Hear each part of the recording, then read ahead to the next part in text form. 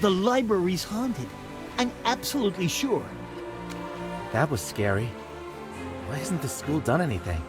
What if something terrible happens? Calm down. Have you been reading too many horror novels?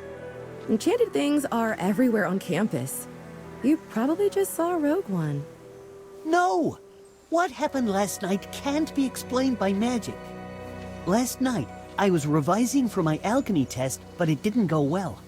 I tried to memorize the recipes, and none of them stuck. Then I recalled a rumor that the professor often reuses the same set of questions, and that the answers could be found in a book at the library. You borrowed that legendary book? No wonder you did so well on the test. That's not the point. The problem is what happened afterward. As everyone knows, going to the library after hours is against school rules, and violators lose half their holidays. But failing a course is far worse. So I decided to get the book. I slipped into the library through the side entrance while the guards weren't looking. Bring it on. I'm ready to lose my holidays. Wait, where are the guards? They should have pounced on me by now. Jura above luck's on my side. The Ultimate Alchemy Workbook should be somewhere around here.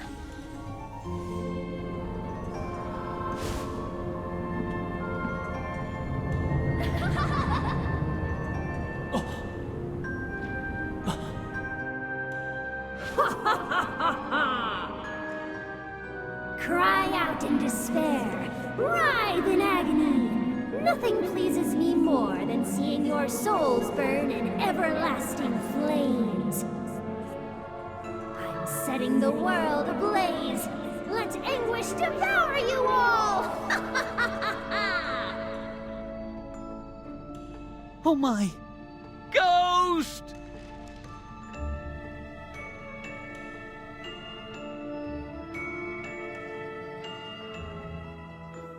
Unbelievable. You didn't forget that book even in a situation like that. That book was exactly why I was there. Wait, you're focusing on the wrong thing. The point is, that voice was really terrifying, and I know for a fact there was no one else in the library. Even now that the test's over, I still can't bring myself to return that book. Your unpunished violation, the sinister laughter, and those malicious words. That's odd.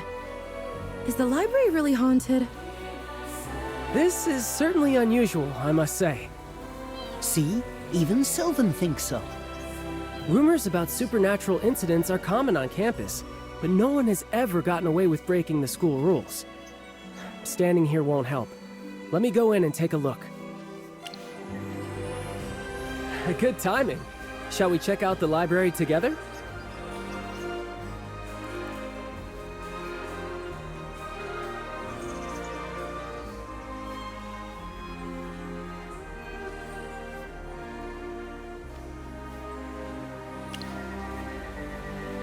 Fair enough.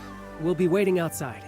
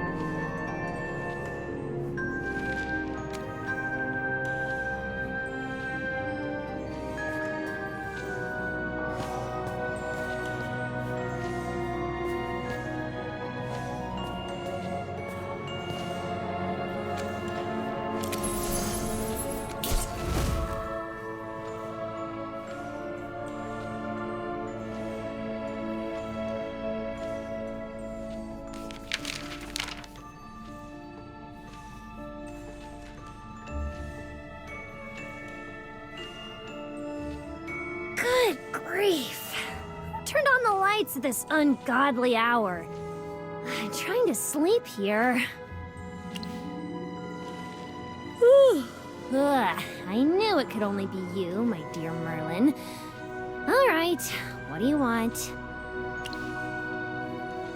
Ugh, it's too early to be awake. The library's been rather empty lately. Exams are almost over, and the semester break is just around the corner. Don't I deserve some downtime? Getting a little bit more sleep won't hurt. Haunted? You actually believe that?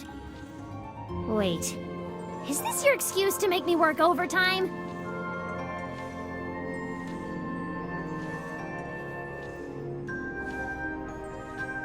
Come on! Students just love to spread rumors like this. I have nothing to do with it, my dear Merlin. It must have been a spirit summoned by some mischievous student. Whatever the case, I'm in the clear. The ghost isn't bothering anyone, and there's no rule against it. Let's not worry about it too much. I'm the rule book, remember? I know the right thing to do. Just let me take care of this.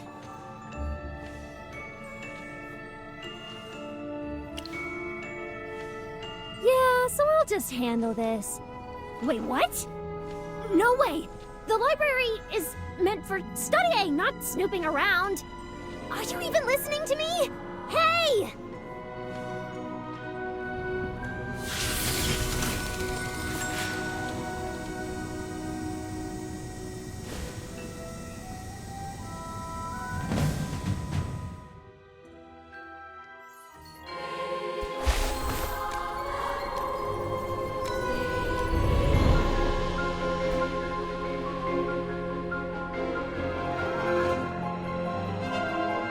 Don't worry, I'm here. Turn back. I'll be at your side.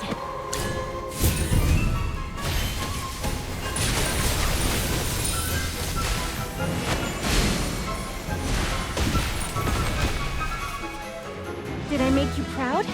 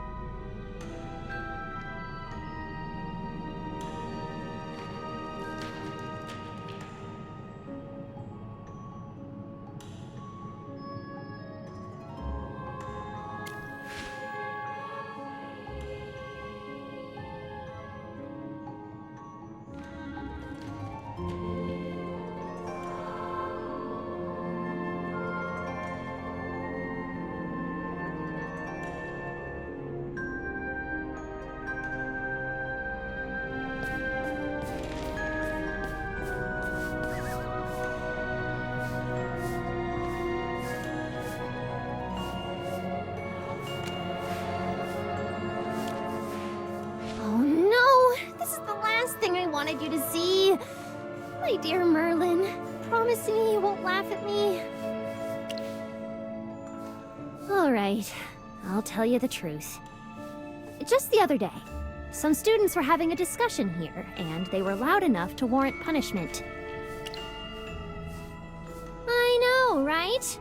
I was curious, so I listened in quietly.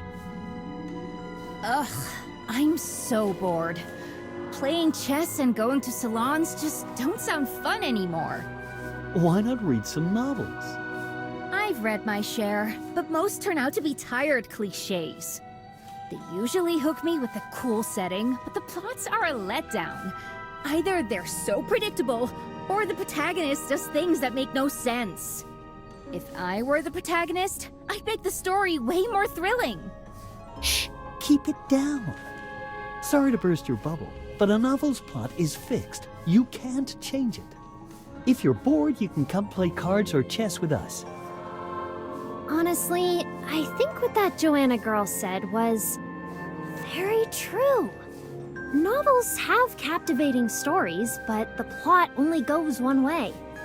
Games, meanwhile, are fun to play, but without a compelling narrative, they aren't very immersive. So, as the rule fiend, I decided to create a new game that blends an intriguing plot with fun mechanics.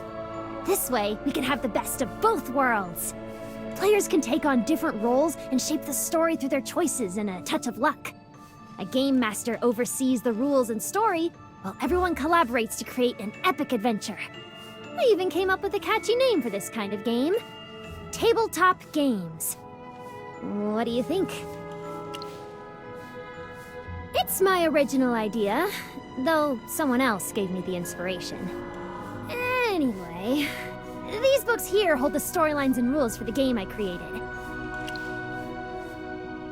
Well, last night I was racking my brain to perfect the showdown plot in Dungans and Daggins.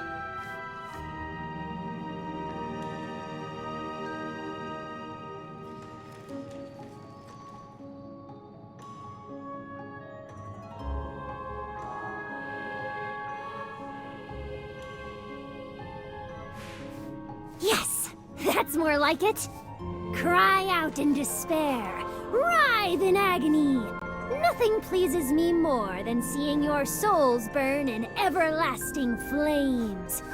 I'm setting the world ablaze. Let anguish devour you all!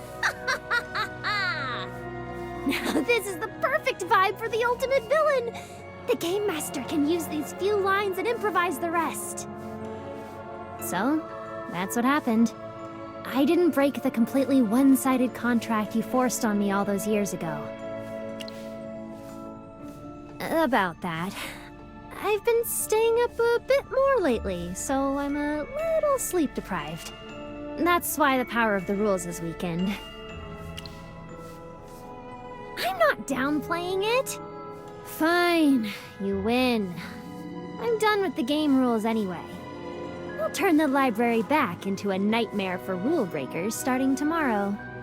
Happy now, my dear Merlin? That's not happening. Pick another wish. I can tell what you're getting at. You're just curious about my game. Trust me, the game's nothing special. Even the dice are the plainest kind. You're overthinking it. Would you show your writing to just anyone? I may be a hypogean, but I have a fragile ego. And that's enough! Sometimes I think you act more like a hypogean than I do. I did spend a long time working on it. Alright, you've won me over. But the game's designed for multiple players, and right now, you're all alone. Clearly you love games just like I do. If only you could also understand my need for a break. Alright, take a seat while I go fetch two poor souls who need to work overtime.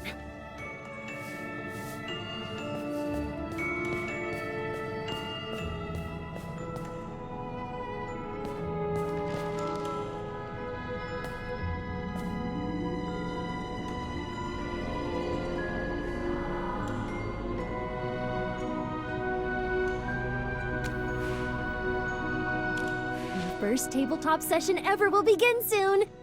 Let's go with this module, the study of dark language. It's the game's script, covering the setting, storyline, main characters, the whole 9 yards. My game, my rules. First, create a character and stick with it throughout the game. I'll pick your character this time, just in case your imagination runs too wild. Here goes. You'll be a detective in a futuristic world with the investigate and sense skills. During the adventure, you'll need to use these skills wisely to achieve your goals. This is how role-playing works. Stop interrupting and just go with it. Let's just run the session. You'll get the hang of it along the way.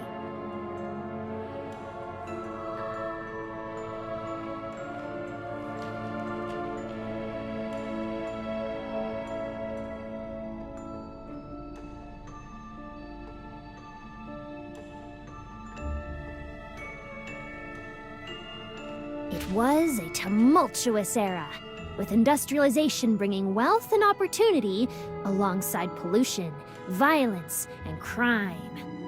You, a seasoned detective, live in this metropolis, where knowledge doesn't always translate into wealth. The cost of living is high, and you have barely enough to get by. Unable to rent an apartment on your own, you've moved into a shared unit on Elementary Avenue. Now you meet your flatmate, who's shaking your hand. Nice to meet you. He's your flatmate. Flatmate! Stay in your character! Here's a friendly reminder. You can use your investigate skill on your flatmate now to gather more information.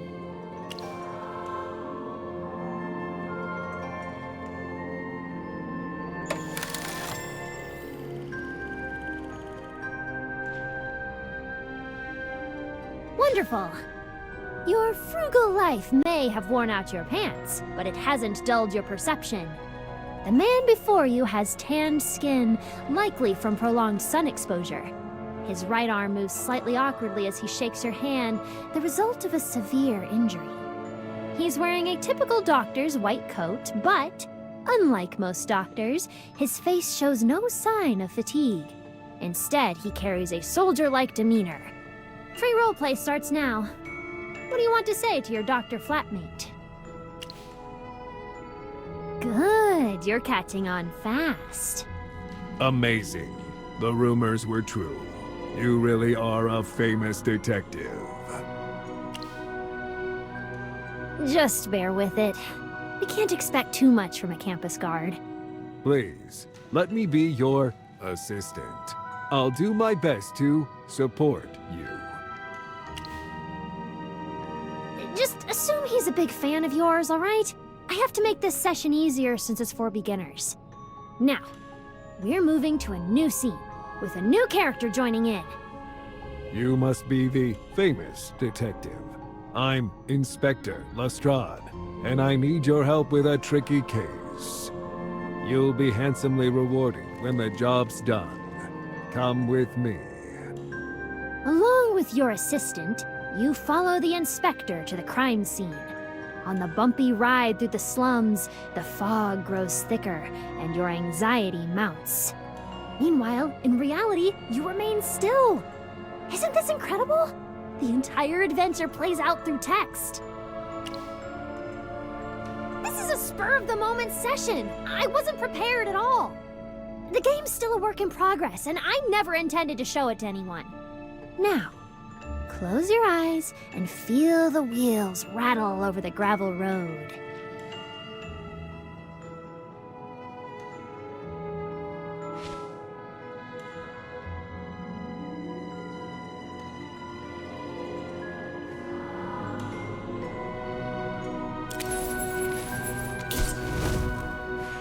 You find yourself in a typical, modest bedroom, much like any other in a low-cost apartment. But with a body on the floor, it has turned into an unusual crime scene. The body is riddled with gruesome wounds, and some fluid is oozing out. Is it blood? You can't be sure. The thick, dark fluid splatters all over the room, some of it congealing on the faded wallpaper. Detective, your job is to examine the crime scene. See if you can uncover any clues. The fluid trickles from the victim's throat and chest. Undoubtedly, it's his blood. The way it soaks into the tattered rug and stains the wallpaper creates a grim work of art.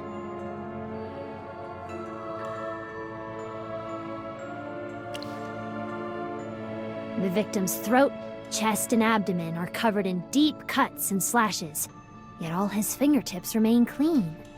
The murderer took his life without the slightest hesitation. There could only be two explanations.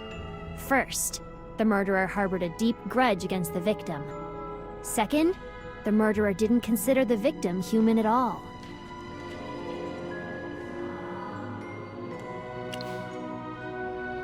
You crouch to inspect the dried blood. Something about the splatter feels off. Further investigation might be necessary.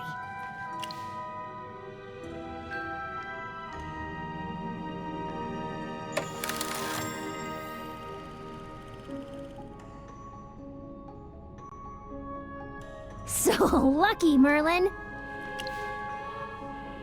Any action that isn't a failure can be either successful or very successful. Very successful actions yield stronger effects. For instance, you'll gain some extra information this time, but knowing too much isn't always helpful. For now, enjoy your luck while it lasts. Relying on your sleuthing skills, you study the bloodstains on the wall. They seem to form written characters, yet the clotted blood renders them unreadable. Suddenly, thanks to an unexpected stroke of luck, you manage to make out the message, which says, royalty. The moment you utter the word, color drains from Inspector Lestrade's face. Detective, are you implying that the royal family is involved in this case? So, the murderer left this message, and the motive could be linked to the royal family. This is a delicate issue. I need to inform the Queen first. Let's call it a day. Remember, everything about this case is confidential. I'll be back if further investigation is needed. Feeling unsettled, you return to your apartment on Elementary Avenue with your assistant. Life goes on as usual, and the terrifying homicide is never mentioned again. Just as you believe the case is closed, a carriage stops at your front door on a foggy morning. Then, someone opens the door.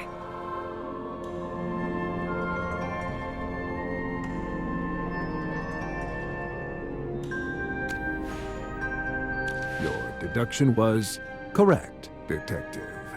The Queen is deeply concerned about this case and wishes to discuss it with you in detail. Please come with me to meet Her Majesty. Can't believe it. We have an audience with the Queen. This is an incredible honor. He's just stammering out of excitement. Just use a little imagination. Your assistant's face lights up with pure joy. After all, the Queen is the ruler of this city and a symbol of faith for her people. You should feel honored to have the chance to serve the Queen. You hop onto the carriage and head straight for the palace. After navigating a maze of formalities, you are finally ushered into the audience chamber. You see nothing in the darkness, yet you can sense the Queen's presence. She sits silently, motionless within the shadows. I'm impressed. You're smart enough to find the correct answer. As the Queen's mellow voice echoes through the chamber, a faint ringing stirs in your mind, making you dizzy. The victim was one of my aides, and the murder is an act of defiance against my reign. The traitors are seeking to usurp my throne. I need someone loyal and wise to serve me. You seem to fit the bill. Help me hunt down the murderer and purge the traitors. This is an irresistible offer for any detective. Serve the Queen, and you can leave that shabby apartment behind, with wealth and power within reach. Your decision is... You feel a twinge of apprehension. Before making your decision, sense your surroundings to find the source of your unease.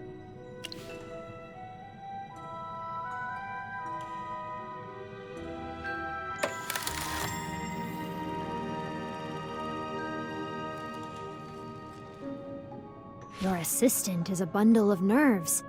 He clenches his right fist tightly, and his injured shoulder tenses even more. He feels not just excitement and nervousness, but also an overwhelming terror.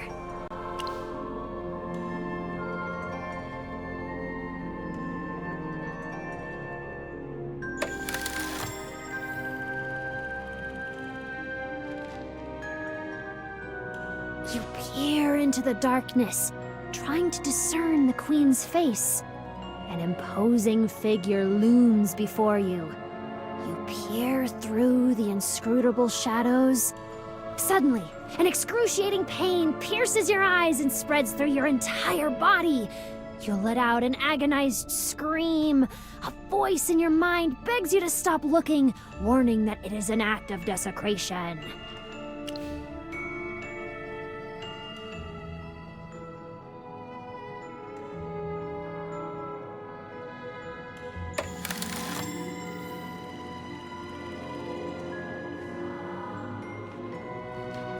You close your eyes and let your awareness sink into the darkness. Your vision feels sharper than ever. You see a colossal figure and its shadow. She, a being wholly unlike you and your assistant, lurks within the inky darkness. Numerous tentacles hover around her, watching you with a calm yet deadly intensity. The Queen. There's something off about her. Or rather, about it. No, it's something far more mysterious. An existence more incomprehensible and unnameable than anything you can imagine. So, your decision is... You've made up your mind. Just as you prepare to turn away, the entire chamber quakes. Amid the rising fog, a shadowy figure slowly inches closer. Mucus oozes through the cracks in the chamber. The floor melts, the ceiling warps, and the entire space twists into a vortex. At the same time, you realize something is devouring you. Traitor! The Queen seethes at your defiance. Her countless limbs thrash violently, reaching towards you through the fog. The ends of her limbs crack open, revealing eyes that stare at you. They are the Queen's eyes, scrutinizing you, the mouth-watering meal about to be consumed. You and your assistant are about to wind up in the monster's stomach. Fight for your life while you still can. I'm not ready to die yet. You're hurt and can't fight after looking the Queen in the eye. Tell me what to do. I'll do my best.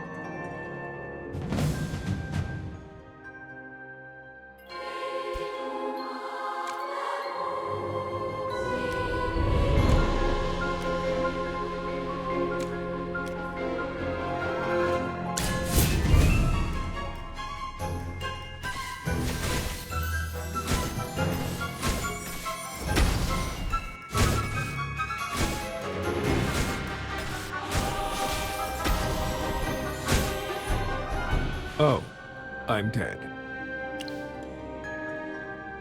Exhausted. There's nothing you can do to stop the vortex from drawing you in. Darkness clouds your vision, and you slowly drift out of consciousness. Don't speak like the guard! How did this happen? You can't fail here! I haven't even reached the best part! Maybe I made the queen too strong. Should I add more scenes before the showdown? We can't expect too much from the guards, right? They only know how to follow orders. Ugh, it's so frustrating that our first run ended just like that. Really? I'll make it better, if there is a next time.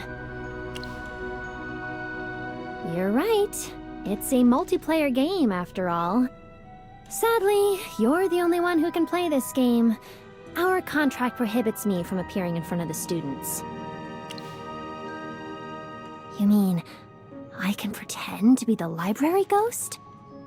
That could work!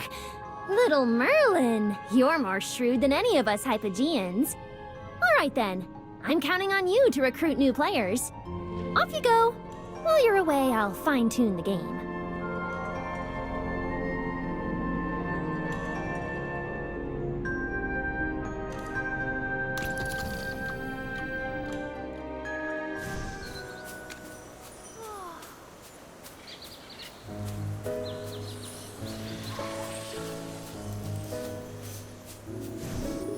Cassidy, are you here for the library ghost too? No, I'm just here to do some revision. Wait, what did you say? Library ghost? People are saying the library's haunted. Merlin went in to investigate yesterday, and she hasn't come out since. Goodness, could Merlin be in danger? We should inform the professors. No, there's no time. We'll help her ourselves.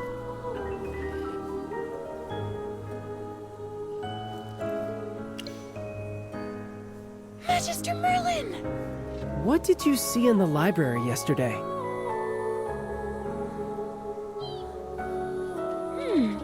I've read about this before. Spirits that fail to reincarnate can get trapped where they died and slowly turn into malicious ghosts. Looks like the library isn't safe anymore. I've been dying to see what the library's like at night. Cassidy, are you coming? Absolutely! I'd never pass up a chance to fight alongside Magister Merlin.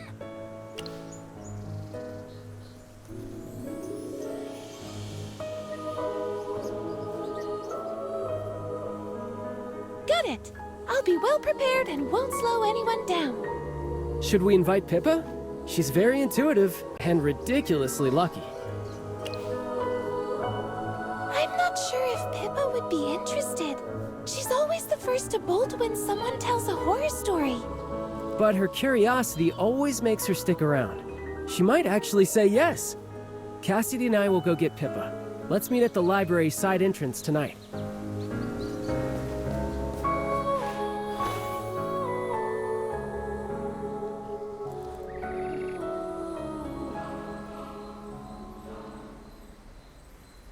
Sorry to keep you waiting. We were making preparations and lost track of time.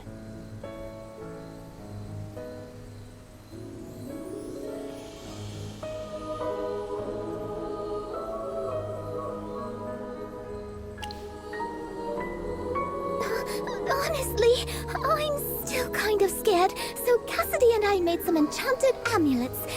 Hopefully they'll work. I'm sure they'll come in handy. Remember, even Merlin struggled against that ghost. It's one tough nut to crack. Speaking of which, has that ghost gone into hiding? The library looks completely normal today. I don't sense anything off either. It's just so quiet around.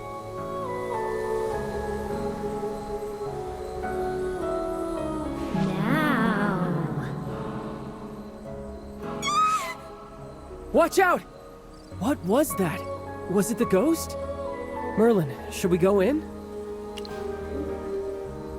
Magister Merlin's right. Let's head in, everyone.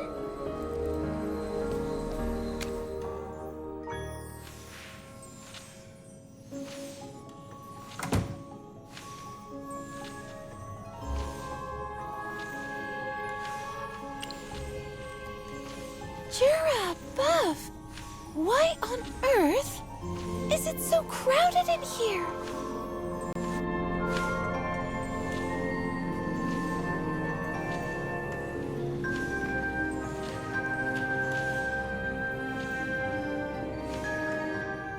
These people don't look like students.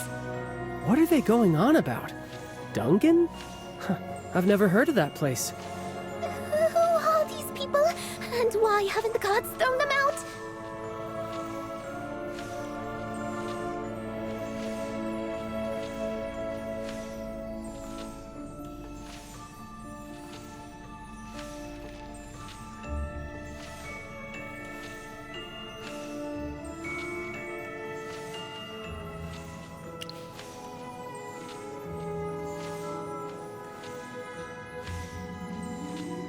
I've got to make a good impression on the new players. Can I count on you to explain the rules? If I do it, I'll probably scare them off before they even hear a word. Should we dispel them? Welcome, adventurers! Though you come from different places and backgrounds, you share a common goal: to overcome every challenge along your journey and defeat the evil forces that rule the city. Wait, who's speaking? Is that the library ghost? That's a typical opening a minstrel would use. Magister Merlin, is it up to us to help her finish her story so she can move on? This isn't the kind of ghost busting I expected. Come forward and begin your adventure now.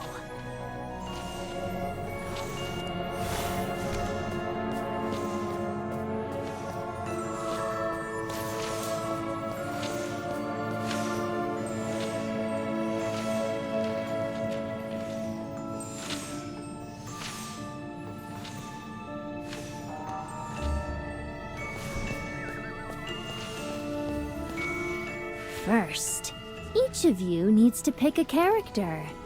Choose one of the 4 cards before you. These 4 characters will appear in the Dungan and Hypogean story.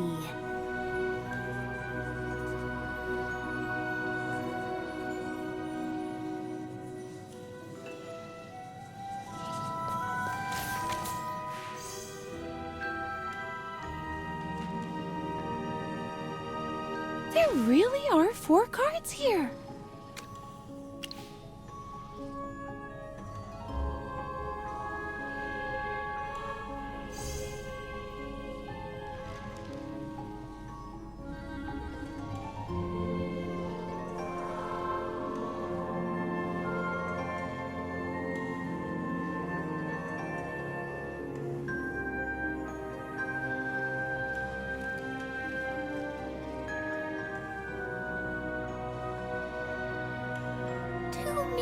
Tall. I've always wished I could be that tall. I want to be this character.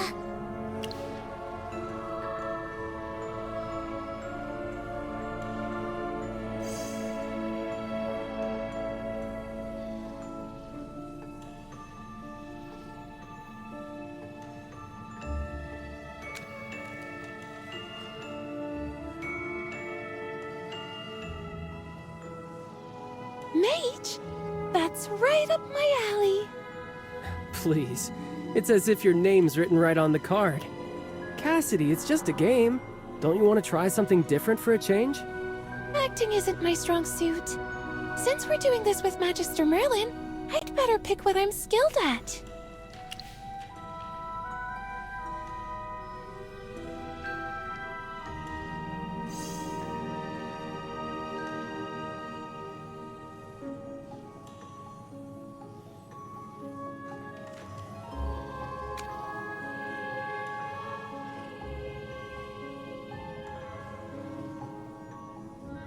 Interesting. I'll try this role. The card doesn't specify a gender. I can play a female role, right? Huh? This makes the game even more fun. I'm going to let my imagination soar and try things I've never done before.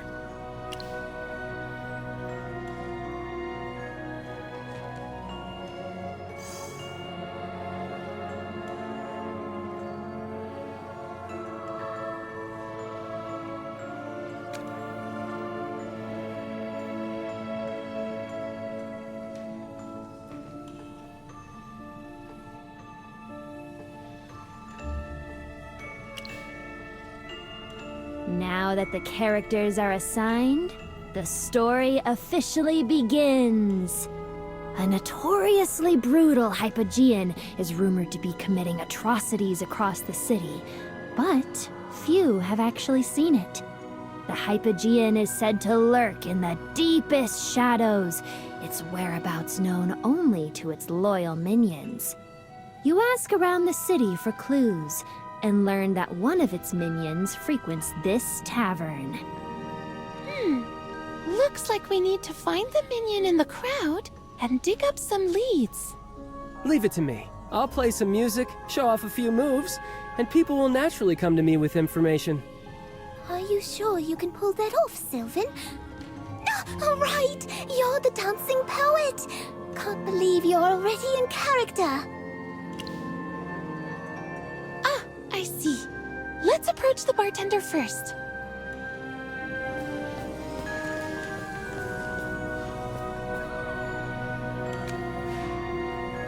Welcome to the Rye. What can I get for you, new faces? Hi, have you seen any of the Hypogean's minions around here? Huh? My bad. I thought adventure stories let you be more direct. Guess I still have to talk my way around things like in real life. The character sheet did say we could use different skills to reach our goals, right?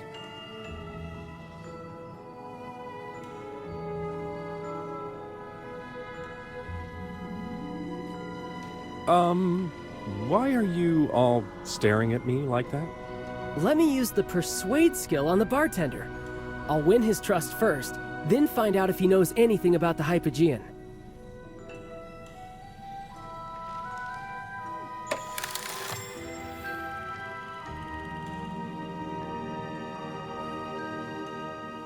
After acting clueless for a while, the bartender finally gives in. With a sigh, he sets down the shaker in his hand. You see, people from all walks of life come here. Some decent, some dodgy. But we don't go blabbing about our patrons, and that's how we stay in business. I can't tell you anything. Please leave. The bartender still won't budge. Maybe it's the wrong skill? All right, I'll try again. I need your guidance. What? Now? Let me throw the dice first.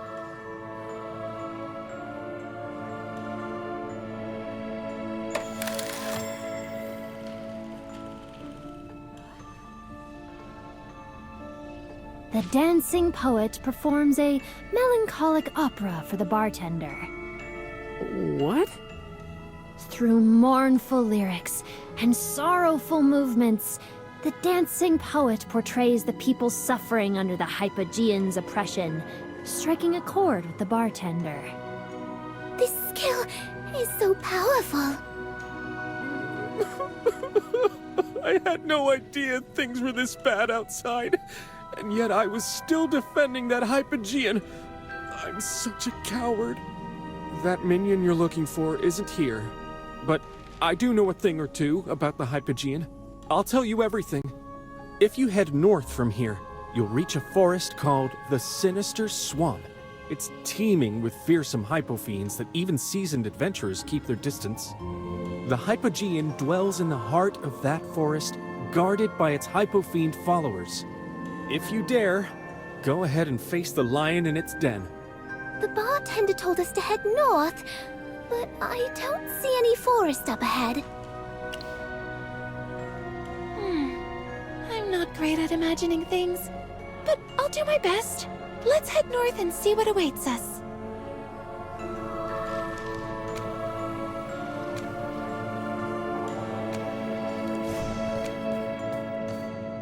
You step into the forest, carefully navigating around the swamps. The surroundings are eerily quiet. The animals, hidden among the trees, scatter the moment you get near. They all follow the same unspoken rules, and you are clearly outsiders. The sky darkens, and the air thickens with heat and humidity. Shadows flicker among the trees, and their leaves rustle in an unsettling way, keeping you on edge. Suddenly, a glimmer bloom materializes out of nowhere, standing before you. You're above. It's just a glimmer bloom. I thought the Hypogean was ready to jump at us. But I can see a glimmer bloom right here! How did it get into the library? It must be part of the backdrop, like those patrons in the tavern. Magister Merlin, what should we do?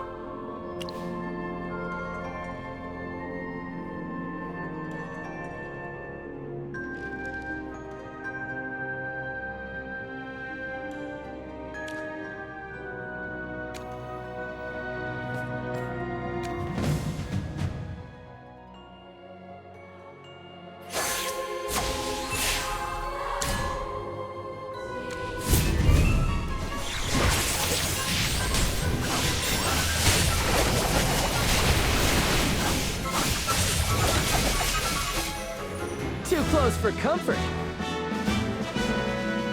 You won the battle. The glimmer bloom slumps to the ground, its flowers and leaves wilting. We won! But where should we head next? Wait, look at the glimmer bloom. Why is it waving that leaf back and forth? It's possible. If only we could speak to it directly. By the way, plants are a part of nature, right?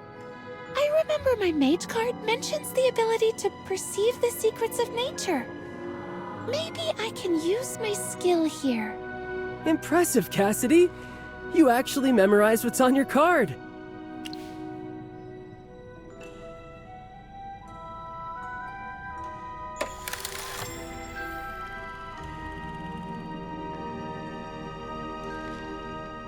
Everything in Dungan is deeply connected to nature.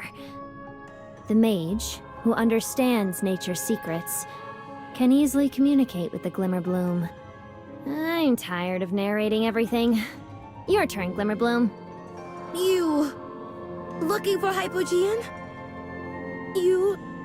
not enemy. The forest. Our home. Evil Hypogean drove us out, turned us into bad glimmer blooms.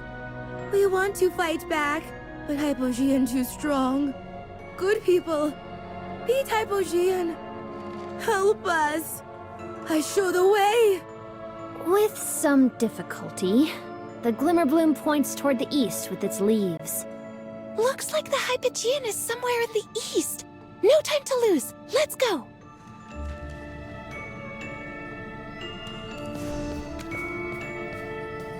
As you move eastward, the forest begins to stir, as its inhabitants murmur softly about your presence.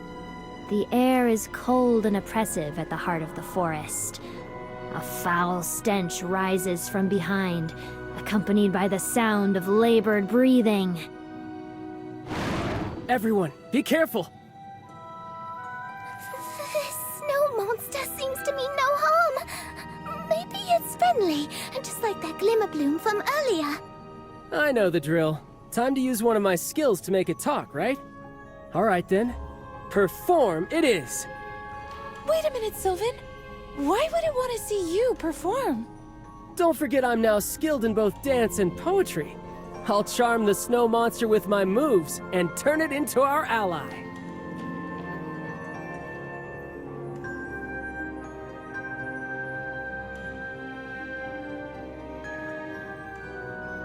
A penalty? If you fail, will we be stuck here? Since we're a team, can I help, Sylvan? But Pippa, you only have your fists as a weapon right now. Maybe my fists will do the trick. Are we even allowed to help each other? This isn't covered in the rules. Collaboration wasn't in my original design, but I like the idea. It's a green light from me. Pippa can assist Sylvan. As a professional game master, I'll improvise.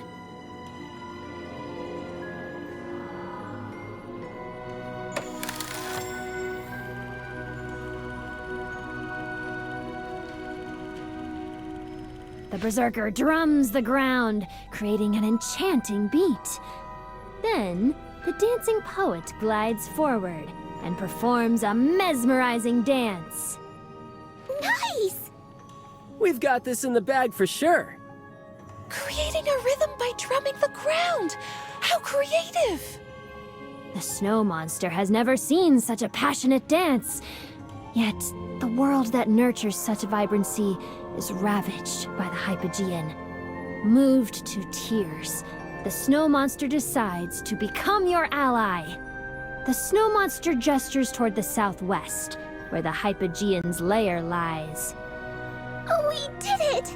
Our approach was unconventional, but that doesn't matter. I never imagined we could combine our skills like this.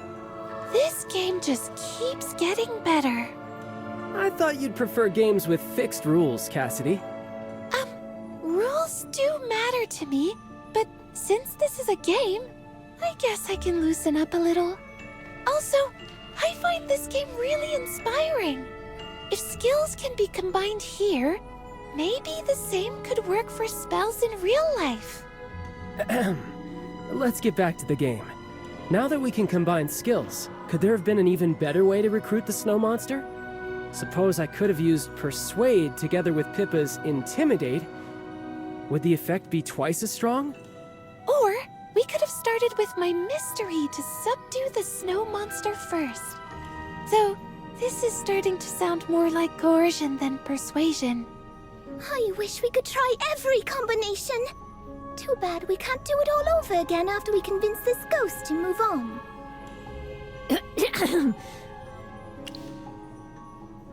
She's right. Let's head southwest and confront the Hypogean.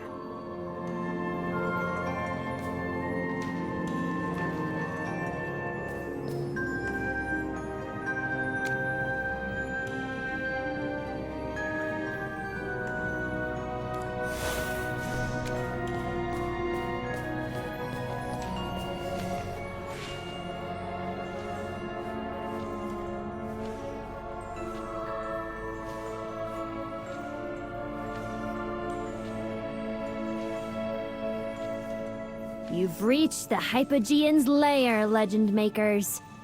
Are you ready to face the Hypogean inside? Very well. With the rogue's consent, those Merlin names as companions here in the library may face the Hypogean face to face. And incorporate them into the agreement!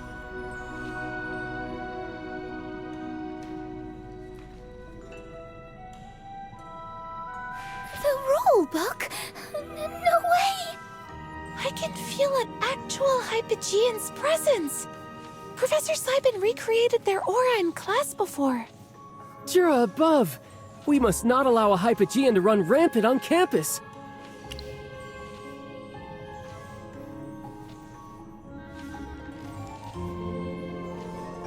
Hold on! Magister Merlin, did you invent the minstrel story and make us play a game designed by a Hypogean? This game must have been the Hypogean's ploy to make you release her.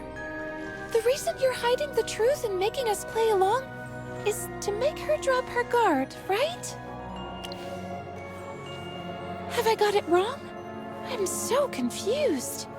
See how humans always stereotype me, little Merlin?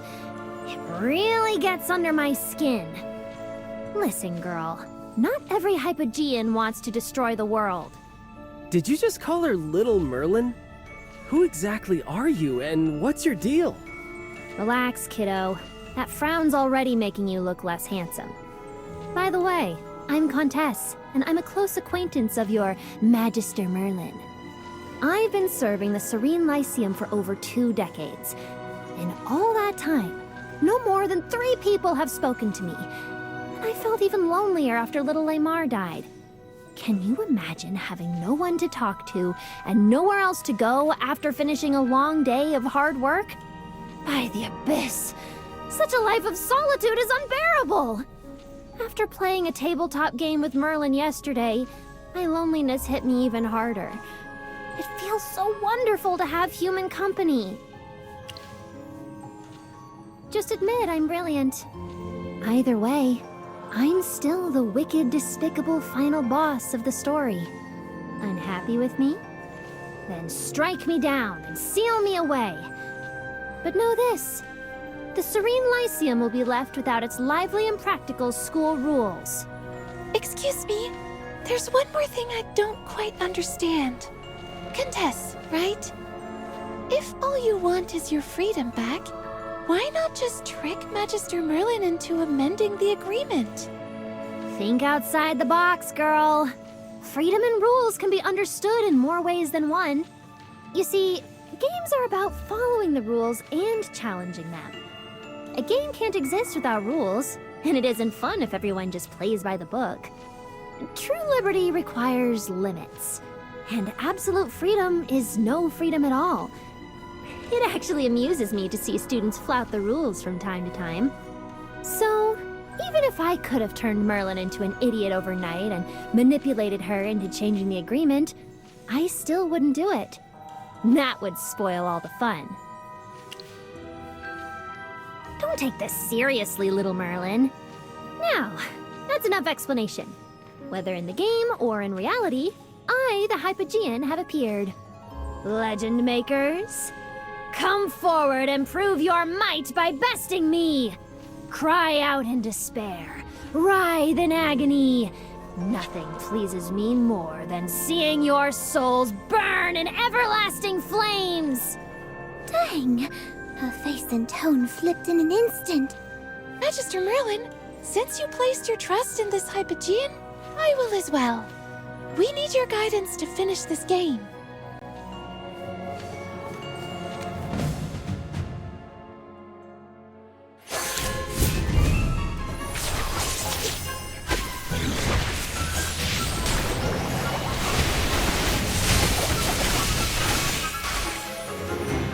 Too close for comfort. The Hypogean unleashes a furious howl, unwilling to yield to defeat. Flames erupt, devouring her greed and sins until only ashes remain. You watch the flames burn with ferocity. No one knows if the Hypogean will rise again, but for now, victory is yours. You've defeated the Hypogean and freed the sinister swamp and Dungan from her oppression. It has been a rewarding journey for all of you. Pippa, the Berserker. Me? You endured the Hypogean's overwhelming might as she was sealed, witnessing true horror firsthand. With this, you take another step toward becoming the ultimate warrior. Sylvan, the dancing poet. You've mastered the art of charm, bending even a mighty snow monster to your will. Your triumph over the Hypogean has etched your name in glory. This adventure has ignited your creativity. One day, you will compose the epic poem that echoes throughout all of Dungan. I like how this ends. Cassidy the Mage. You played your part well, using magic to support your companions. From now on, you're no longer a lone wolf. At the moment of the Hypogean's death, you absorbed some of the mana she released, gaining insight into the deeper mysteries of the world. You are one step closer to becoming a greater mage. That's true! I learned so much from fighting alongside Magister Merlin. Last but not least, it's Merlin the Rogue. Well done for seeing through the Hypogean's true form and leading your team to a successful adventure. This journey has further sharpened your perception. May it lead you to uncover even greater secrets ahead. All of you have earned the Supreme Legend Maker title. With this, the story of Dungans and Hypogeans comes to a perfect close. It's over. I'm not sure why, but I feel a bit sad. I guess it's the same emptiness I always feel after finishing a page turner. Over? Not even close. This is just one chapter in a saga, and your journey will continue in the future. This is the charm of tabletop games. You can experience as many adventures as you like, brought to life through words and imagination. You're right. Things are definitely not over. The Hypogean in the story has been defeated, but one still stands right before us. Oh, is this about me now? Well, I'm not about to work overtime just to sit through your meeting. Please talk some sense into these kids, little Merlin.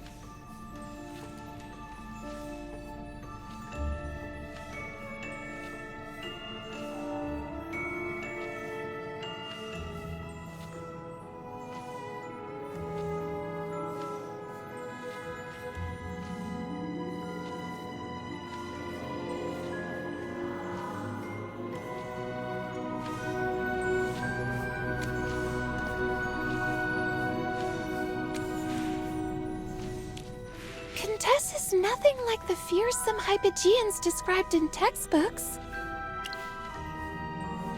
During her battle against the Hypogean in the story, it was clear that Contess wasn't using her full power. She was completely absorbed in the game, and I didn't get the sense that she was trying to escape. Magister Merlin, if she's earned your trust, then she's earned mine as well. Actually, I can't see why Contess is so keen to play the game with us. Watching everyone else have fun while she sits on the sidelines, she's probably feeling left out. I mean, I'd feel pretty lonely too if I were in her shoes. It's unfair to keep her out of a game she invented. I see your point, but Contess is still a Hypogean.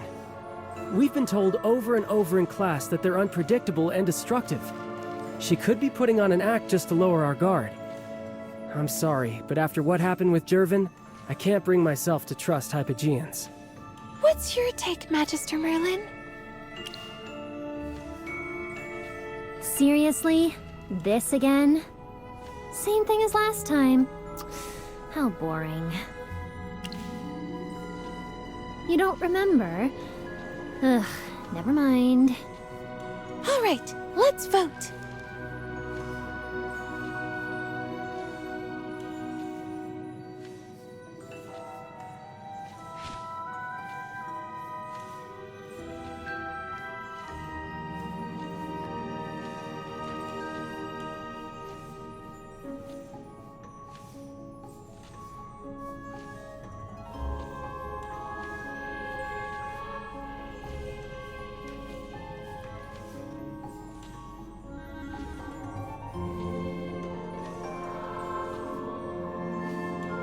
Still on the fence? I'm not in a hurry, but these kids are waiting for your verdict, and the tension's building. I do, obviously. But as I've said, absolute freedom is no freedom at all. Rules must be made, accepted, and followed. Without them, I wouldn't exist. Merlin, go ahead and seal me away if that puts your heart at ease. All I ask is that you continue to honor our agreement.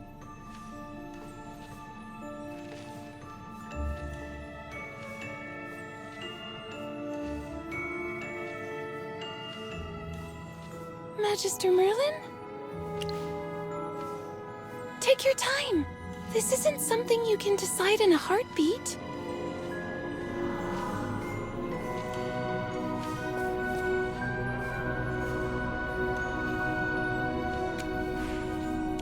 You look stumped. Can I help? Why don't we start learning more about her now? Playing the game together would be a good way to get to know her. No! I mean, I was just speaking and behaving like I normally do. I just feel it's okay to wait until you understand her better before deciding. Sylvan, what do you think? Well, I've been going over what Pippa just said now. Maybe she's right. I once thought I knew my friend well, but I was very wrong.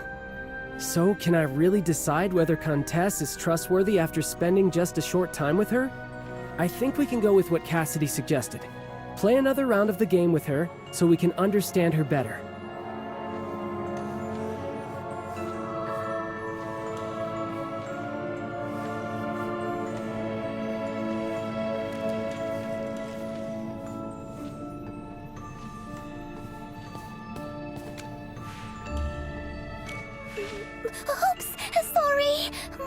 drifted off for a moment there.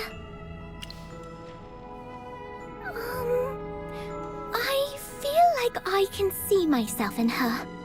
Contess was born a Hypogean, and my magic is inherently chaotic and difficult to control. None of us chose to be this way. Because of my unusual trait, I know what it's like to be an outcast. I think she must have gone through something similar. I was lucky to meet Professor Solis. She believed in me and got me into the Serene Lyceum. So now, I want to give Contess a chance to prove herself. We shouldn't be too quick to write her off only because she's a Hypogean.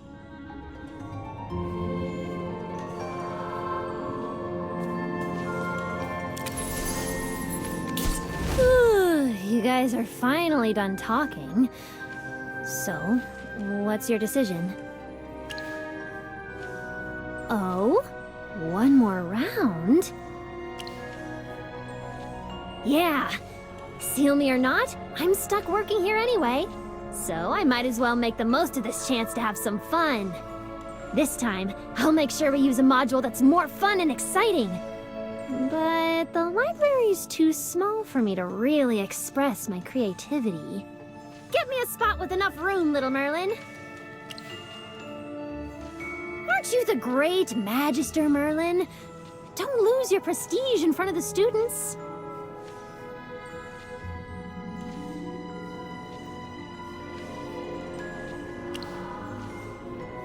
Your magic tower? A boring choice, but still better than the library.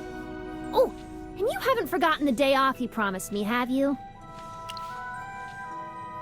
I only get one day off a year, so I have to spend it on something meaningful. I'll be fine-tuning everything for the next round. No one's allowed to bother me all day.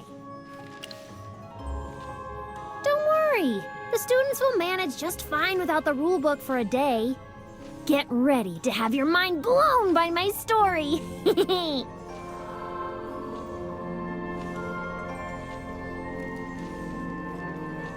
I have to say, Contess is truly unlike any other Hypogean, personality-wise. Indeed. She couldn't be more different from the vile ones I saw in textbooks. Contess could actually be a nice Hypogean. Wait, calling a Hypogean nice does sound kind of odd. She said she needs the whole day to prepare. Magister Merlin, let's meet at the Stellar Spire at midnight tomorrow. Good night, Magister Merlin.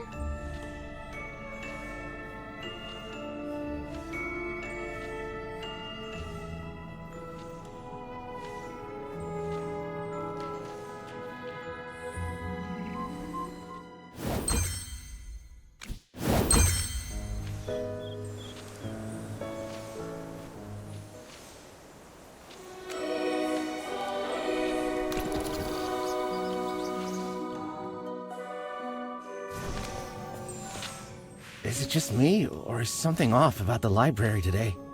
I had a tiff with my friend earlier. I thought a magic broom was gonna hit me, but it didn't. What? Do you enjoy the pain or something? No, the point is, I broke the school rules, but I wasn't punished. You're not the only one. Some other students have noticed that the school rules aren't as strict as they used to be. Are they still in force? Does this mean I can skip classes whenever I want?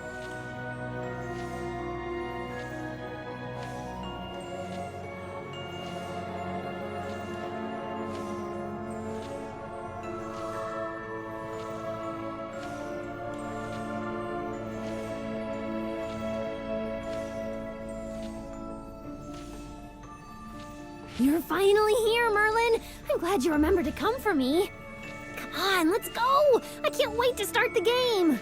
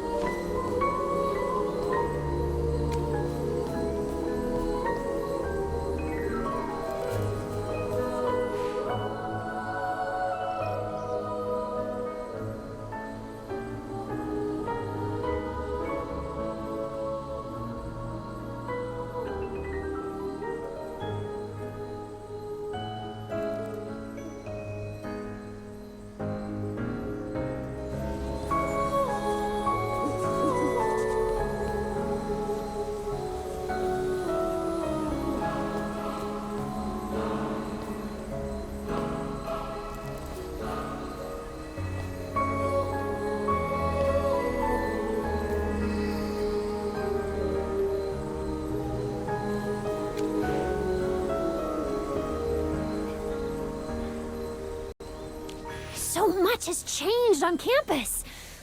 Ugh, I wish I hadn't been stuck in the library. Taking a walk like this feels great. I really enjoy the wind brushing against my face. If you'd spent the past 20 years cooped up indoors, you'd be even more eager to move around than I am, my dear Merlin. If I stay in the library any longer, I'll be choking on the dust settling on me.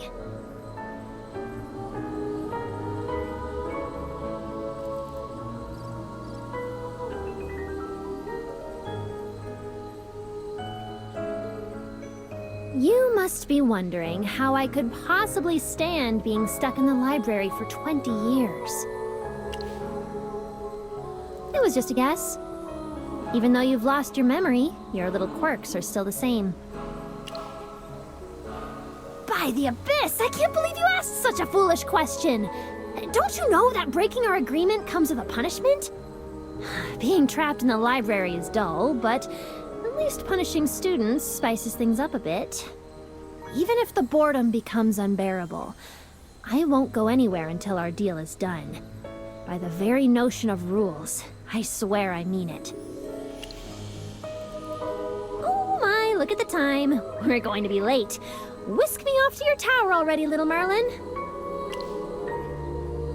Chop chop! We'd better hurry if we want enough time for the game.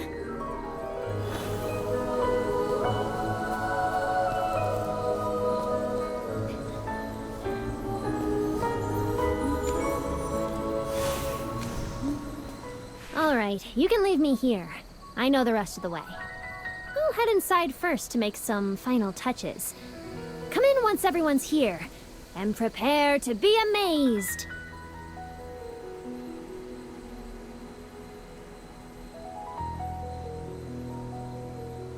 Everyone's here. Where's Contess? Playing a game in Merlin's tower? I'm never going to forget this. I can't wait to see what lies ahead on this adventure.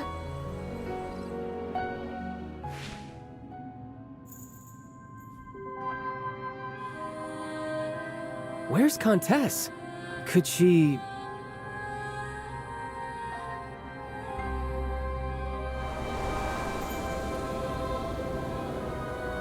Is this a commission?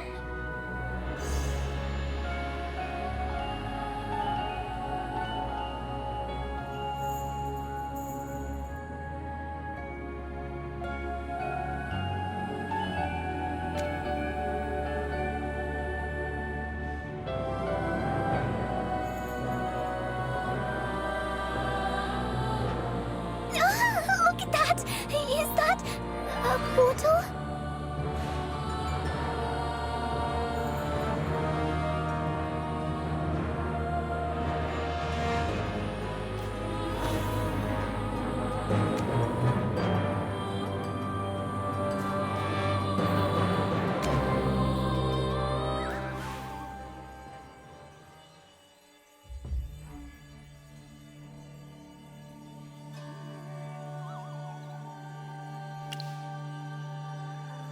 Is this Houseburg? Wait, this place really exists? I thought it was fictional. From the magic flowing around us, I can tell we're still within the tower. But what we're seeing here is... Welcome, Legend Makers. Houseburg needs your help. Greetings, Master. But in this story, I'm the mayor of Houseburg. Contess built this illusory world within the simulacrum realms to create a more immersive experience. This is an enchanted space that can replicate specific environments as needed.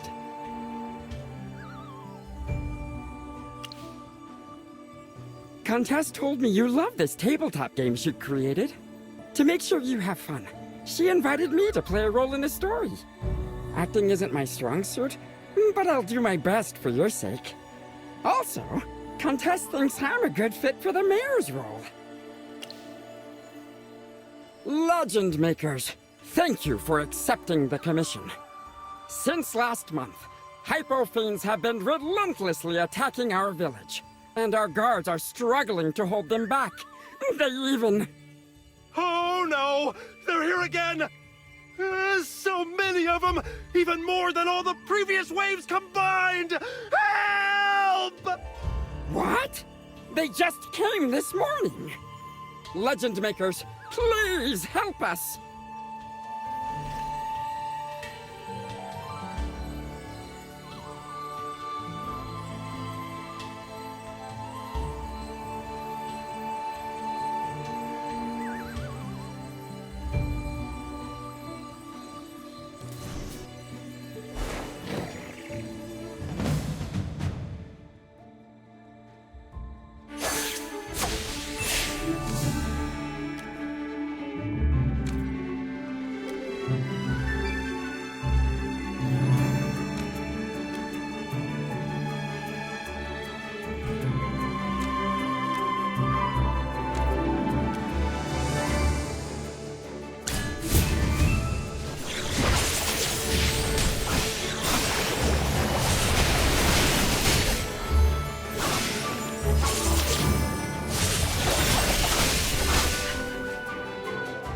Too close for comfort.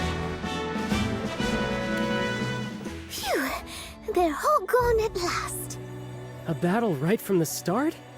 Didn't see this coming. Good thing the Hypo Fiends weren't too hard to handle. What's the matter, Cassidy? Are you hurt?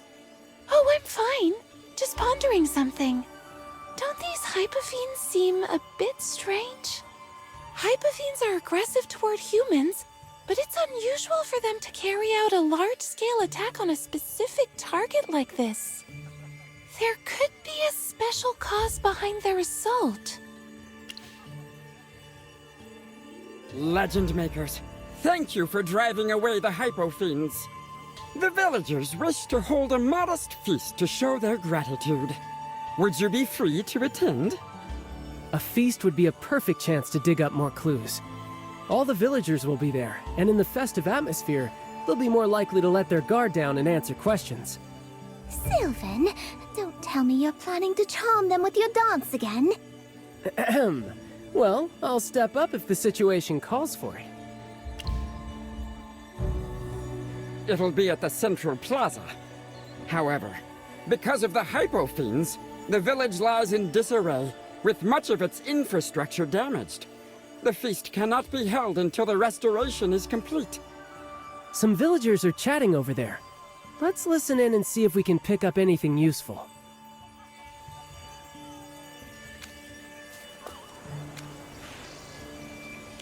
One day I'll slaughter them all. Ow! Ow! Ow! Can you just lie down and stop bragging? The Hypofiends just won't stop coming. If this keeps up, we're done for. Don't lose heart. The mayor's brought in some great help this time. We could actually get rid of the monsters for good. I admire your optimism. But this isn't the first time help has come. We're still the ones left suffering, while they simply pocket our money and walk away. They were outright scammers who did nothing, and the problem just keeps getting worse.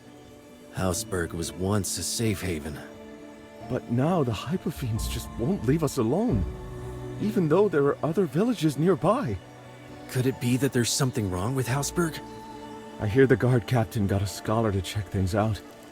Not sure if they've figured anything out yet. Either way, it's not something ordinary folks like us need to worry about. Better to relax and enjoy the feast while the monsters are kept at bay.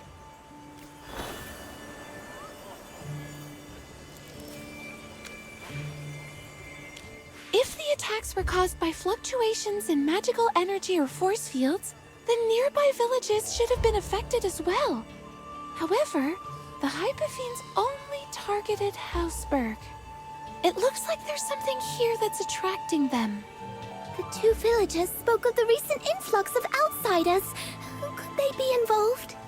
It's hard to say. We don't have enough clues yet. The feast's about to start. Let's head to the plaza. Nothing should go wrong at the feast, right? We just need to stay discreet. Besides, even if a conflict does arise, you can use combat to settle things. Of course, violence should only be a last resort. We should try to avoid conflict whenever possible. The lights are up. Come on, let's go.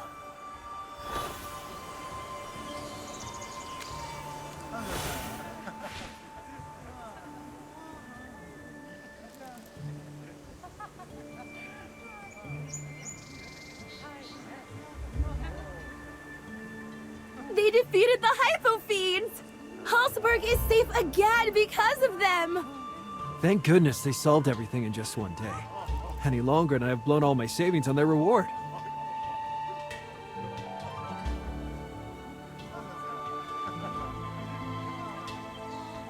Wow, they're way too enthusiastic. It's a bit much to handle. Something doesn't feel right. Magister Merlin, did you catch what they said? Yeah, that seems odd to me as well.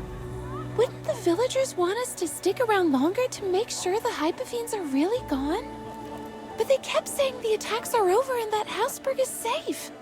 I have a feeling they actually want us to leave sooner rather than later. What are these people up to? Could there be something going on that we don't know? Relax, Pippa. This could actually work in our favor. Their desperation has given us an opening for investigation. When the villagers came at us just now, some stayed calm and kept their distance. Did anyone notice? These people might have the answers we're looking for. You're right. They were observing us from afar. I thought they were up to no good, so I kept an eye on them. Turns out I completely misread the situation. Nice work, Pippa. Now we know who to go after.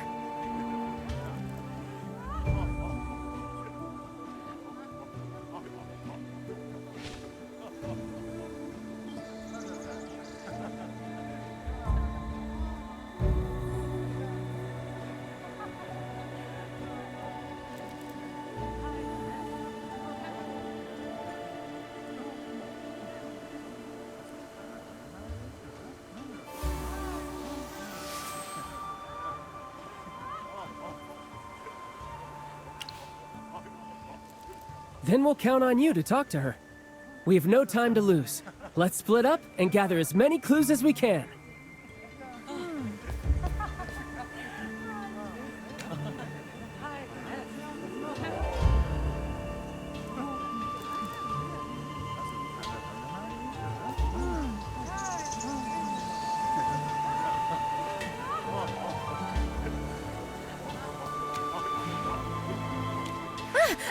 I know you. I've heard so much about you, but this is my first time seeing you in person. Oh my. You guys wiped out those Hypofiends without breaking a sweat. Incredible! If it weren't for you, the guards wouldn't have stood a chance. All of Houseburg might not have made it through today. I guess this is what sheer power looks like. Not even 100 villagers could accomplish what you just did. I knew you'd get it. They insist that everyone can contribute, yet reality proves otherwise. If everyone, no, even if just 5 villagers were as strong as you, Houseburg wouldn't have to fear the Hypofiends. I'm willing to do whatever it takes to become a better mage. I hope to reach your level one day, or even become the greatest mage of all.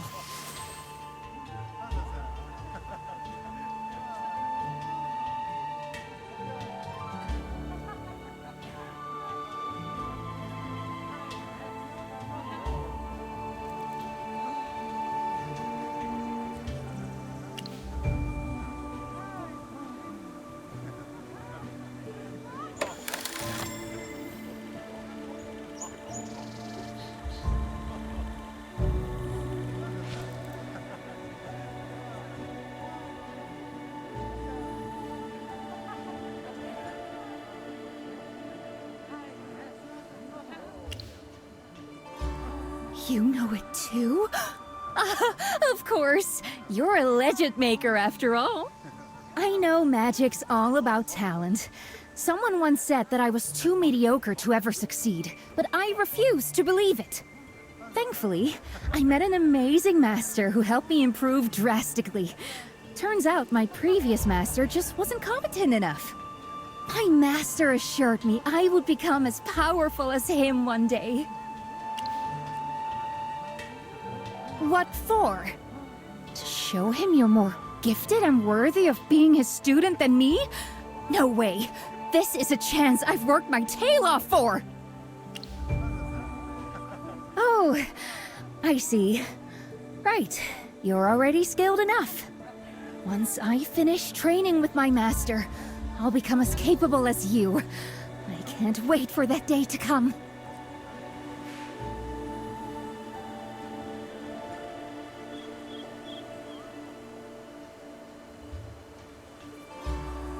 Terrence, the guard captain, and his men have been tracking the Hypofiend's activities. He has noticed that their attacks are becoming more frequent.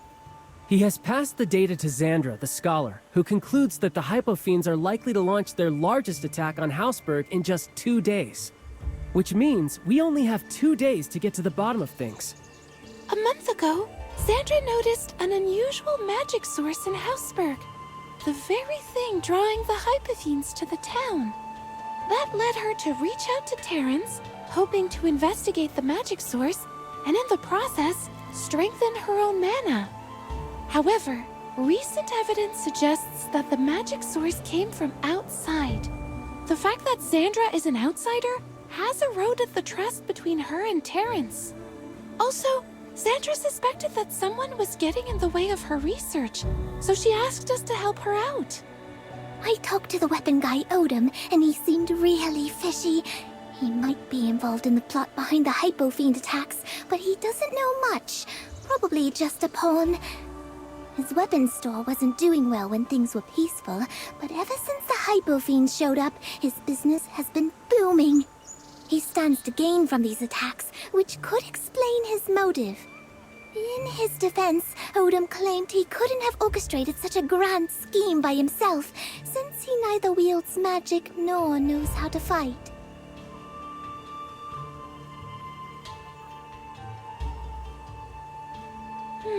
She's sketchy. As far as I know, the methods to boost mana quickly are all... I get what you mean. Salome's suspicious, but she's too defensive to cooperate with us right now. Everyone, let's figure out what we can do right now. As Pippa said, Odom's very likely just an accomplice.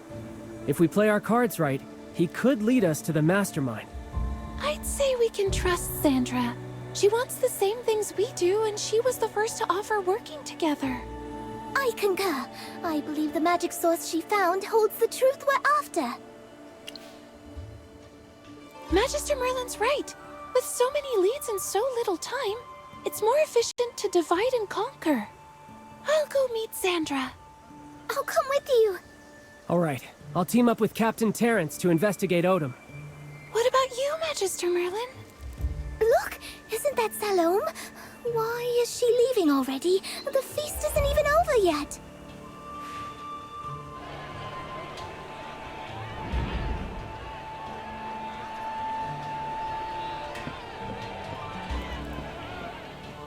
She seems anxious. Could she be on her way to meet her master? Whatever it is, it's a good opportunity to pick up some clues. Let's follow her. Hold on. I can sense a detection spell around her. If we follow her recklessly, we'll give ourselves away.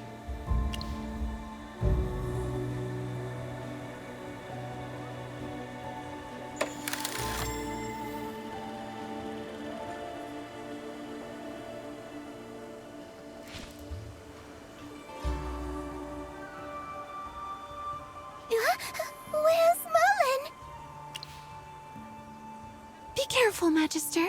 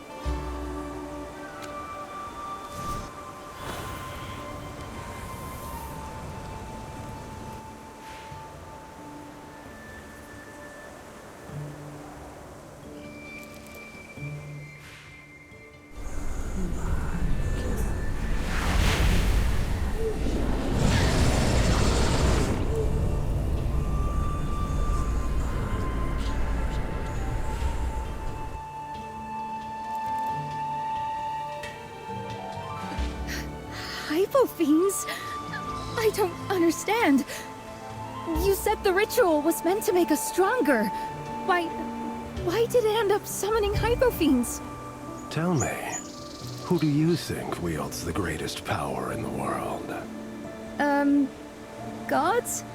Wrong.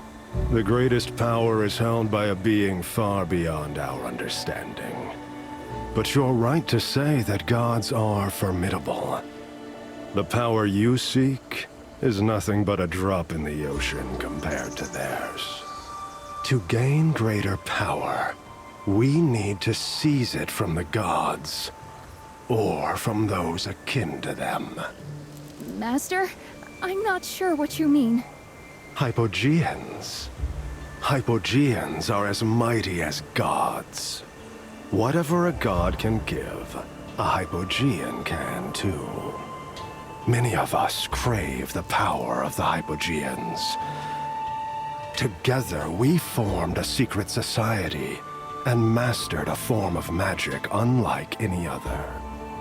You mean... all the spells you showed me? Yes, that's the power drawn from Hypogeans and Hypofiends. Unlike the power of gods, which you can only receive passively, this is a power you can seize at will. This power can make you the greatest mage in the world. You'll become hundreds, even thousands of times stronger than those so-called legend makers. I can't believe I missed the opportunity. I could have gained immense power just now. Don't worry, the ritual isn't over. You still have another shot. Summoning Hypofiends was only the first step. Now our goal is to call forth a Hypogean. We'll claim its power and become masters of dark magic!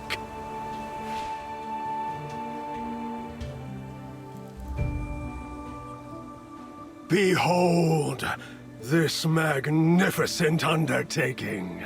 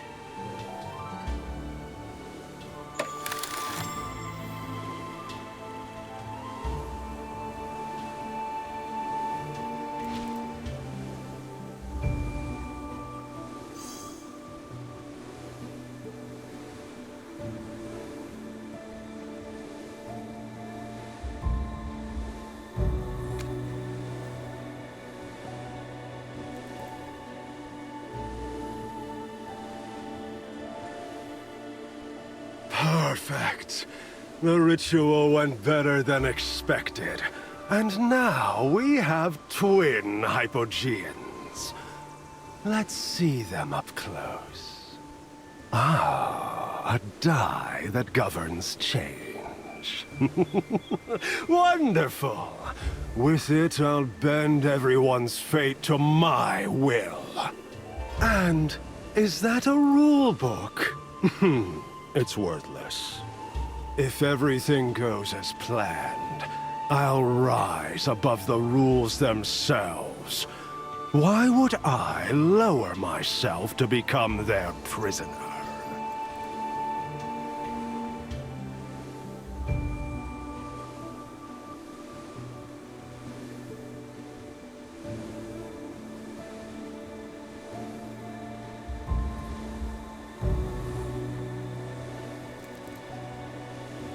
All right, the ritual's over. Take that book back for research, and make sure to clean up. I'm not one to leave a mess behind.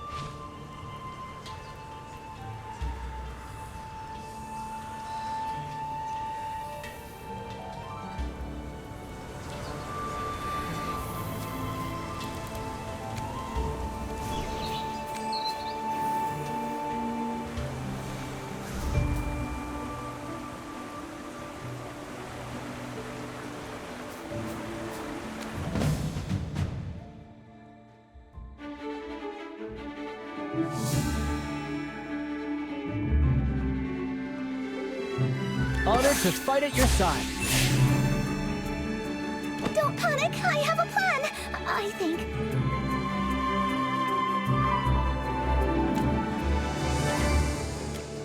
This is for research.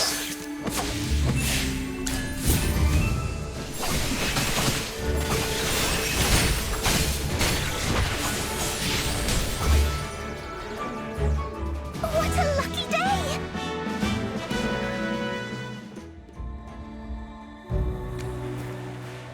Help us. I can't breathe. No, the hypofiends didn't hurt us. They came, and we escaped. But when we got here, suddenly we couldn't breathe. My whole body aches. My bones hurt. My eyes feel swollen. It's like something's growing inside me.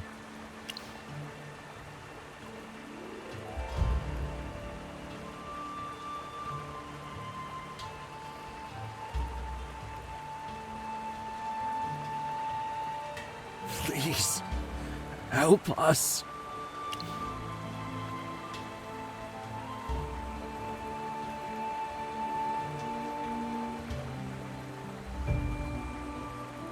I feel so much better now. Thank you so much.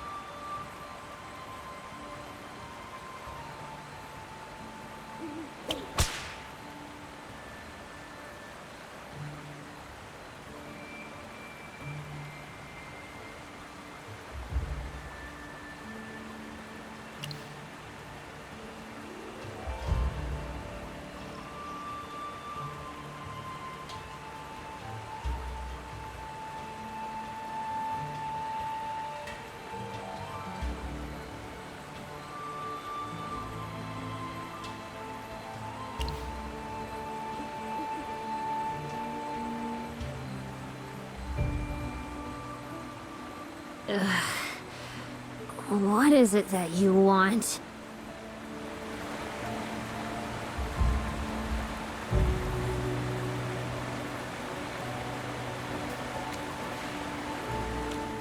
Are you done yet? What exactly are you after, human? You're even more uninteresting than I expected. Stop trying. No matter what you do, these new rules can't take effect. Listen, even though I command the power of rules, I cannot supersede the laws of this world, including the fundamental laws of physics and magic.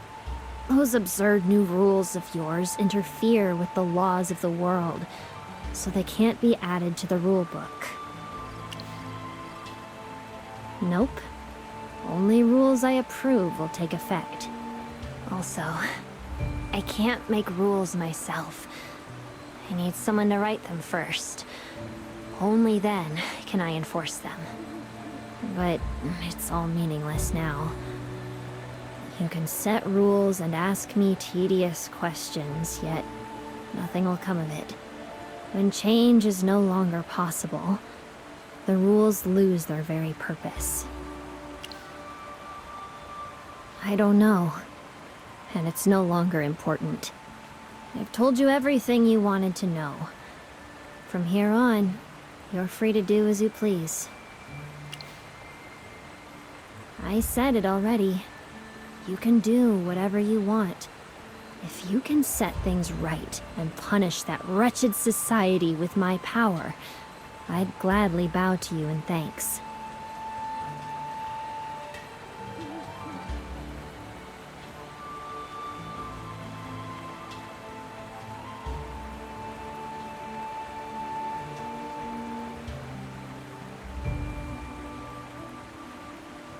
Can't decide what rules to make? Since we share the same enemy, I'll give you some pointers. You can make rules that work to your advantage and take effect only in Houseburg. Reasonable ones, of course.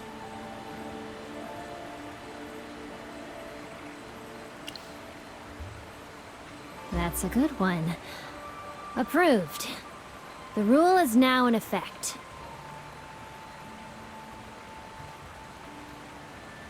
Go on. Use my power to make things difficult for them. End this quickly, so I can be spared from all this pain and humiliation.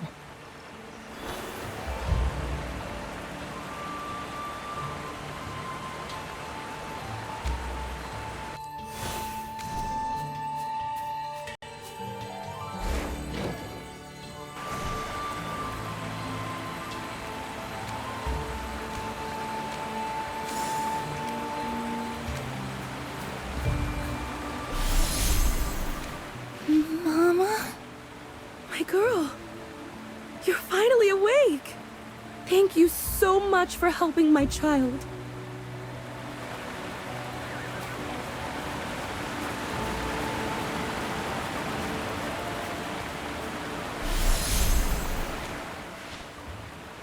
Thank you so much. You've saved our lives.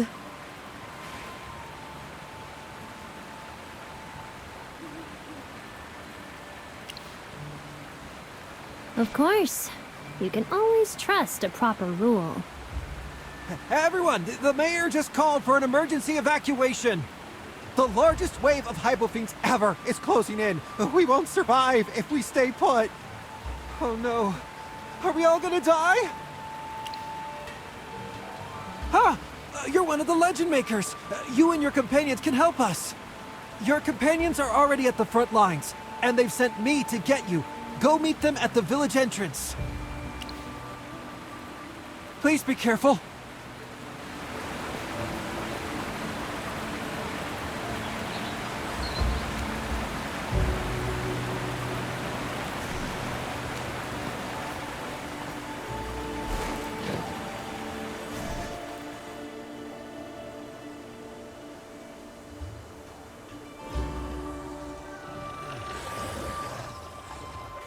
Magister Merlin, you're finally back!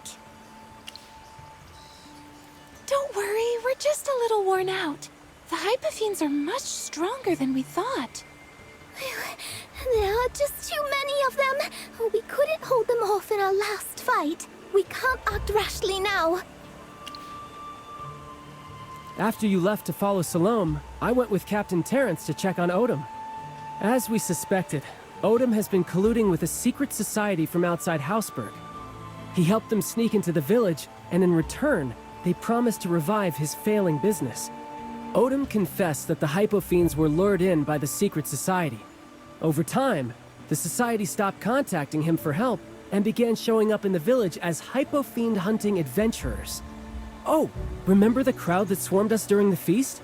That was also their doing. They wanted us to believe the danger was gone.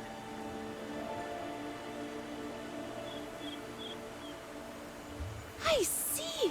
Now it all adds up. The secret society must have run several trial rituals before the official one, unleashing dark magic across the village. That's what attracted the Hypofiends. The dark magic from the official ritual was far more intense than before, so now we're facing a Hypofiend wave capable of destroying the entire village. Things are crystal clear now. Odom is merely a pawn, and the secret society is the mastermind. Oh, and before we left, we grabbed all the weapons from Odom's store. The Game Master said they'll boost our team's overall combat strength and defense. Good question. It's because those Hypofiends kept reviving over and over. Yes, they pieced themselves back together and came back to life sometime after being defeated. According to Zandra, these Hypofiends were formed by dark magic.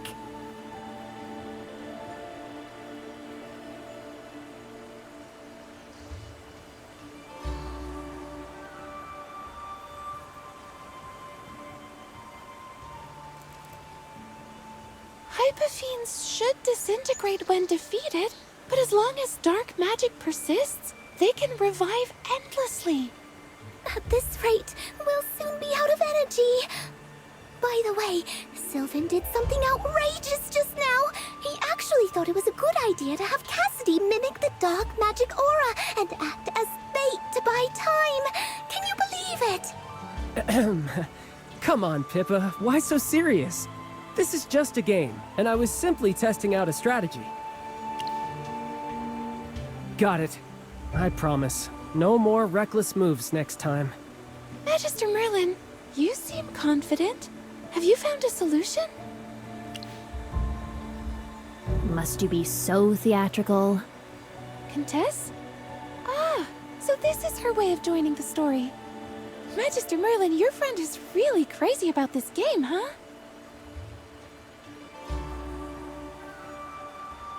Is Contess playing one of the Hypogeans summoned by the Secret Society's president? I bet I know your next rule. No revival for the Hypofiends. I'm afraid that's a no-go, since it goes against the fundamental laws.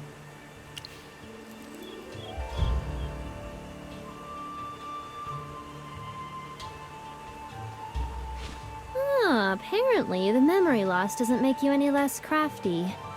But I'm afraid it isn't a valid rule, even though it sidesteps all the limitations.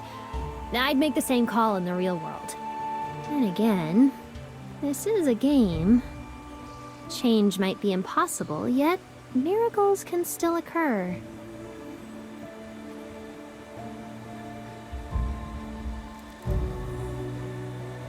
Wow, I don't feel cold anymore, and my energy's back. My mana is fully restored as well. Is this the power of the rules? We're ready for the final showdown. Magister Merlin, please lead us to victory.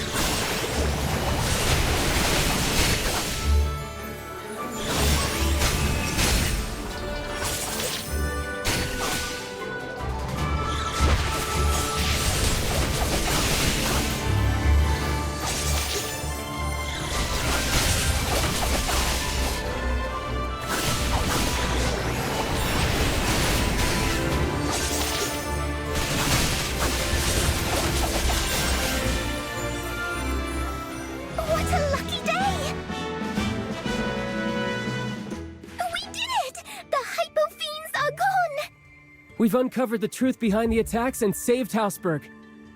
Is this the end of our adventure? No, because I'm still here.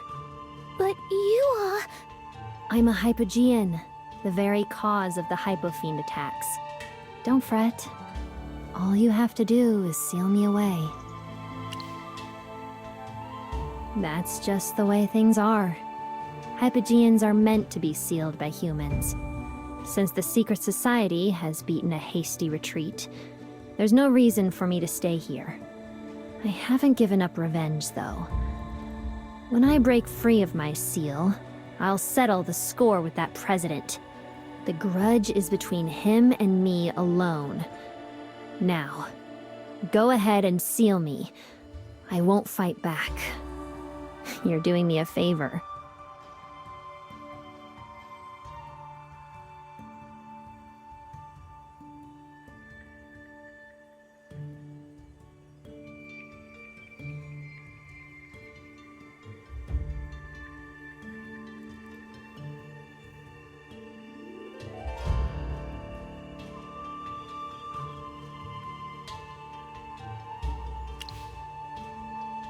What? A Hypogean human alliance to bring down the secret society? For this cause. Very well. I'm on board. I'll mark our alliance on the first page of the rulebook, and it shall remain binding forever. Of course, the villagers of Hausberg need to be fine with our alliance. I'll leave it to you to convince them. Don't stress about it too much, alright? If you fail, I'll just get sealed. No big deal. As long as I'm alive, I'll get my chance at revenge someday. Let's find the mayor first and let him know the Hypofiends are gone.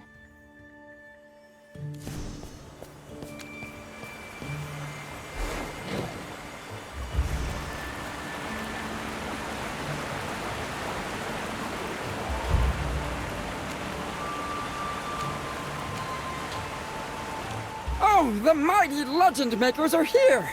Hausberg owes you its gratitude. We plan to throw an even grander feast to honor all you've done for us.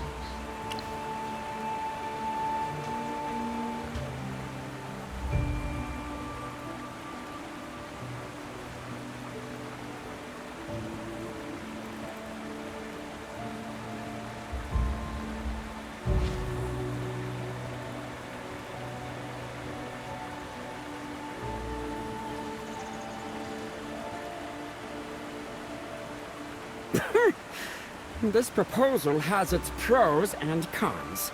If you want to keep the Hypogean in Hausberg, you'll need to show me that the benefits outweigh the risks. I know she wields the power of rules, but the concept is too abstract. Could you give us an example of how it might be applied? Of course! I spent a year drafting the village rules, but not a single person bothered to follow them. Really? Like, keeping the front of your house and your assigned areas clean, no littering, and no drunken and disorderly behavior? Oh, and no burning rooftops, no destructive magic within the village, no settling disputes with violence, and no involvement in illegal or dangerous secret societies? So, can you make sure the villagers follow the rules? Excellent! This is exactly the kind of help I need. I'm voting yes!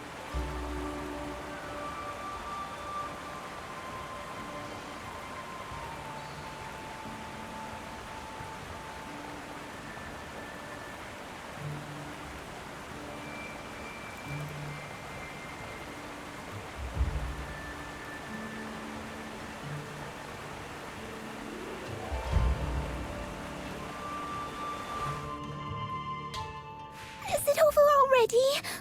This feels way too soon. One more round, please. In hindsight, if my investigation with Captain Terrence had progressed faster, I might have caught some members of that society and possibly triggered a hidden ending. Are all Hypogeans this good at making games? I picked up a lot of useful magical knowledge from Xandra.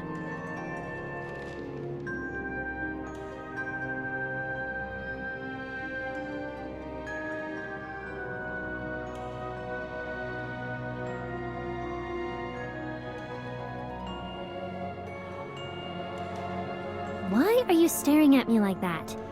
About to deliver your one-on-one victory speech? Come over here if you've got something to say, Merlin.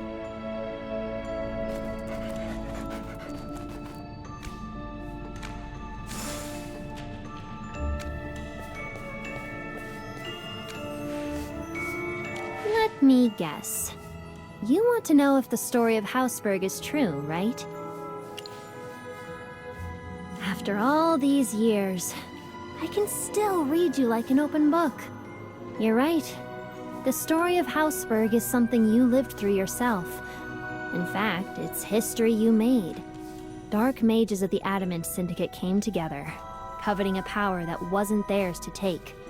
Their leader, Pride, brazenly summoned 2 Hypogeans into this world. That was me and my twin sister. A book that holds the rules, and a die that governs change. Considering himself a supreme being, Pride yearns to control change and disregards the rules.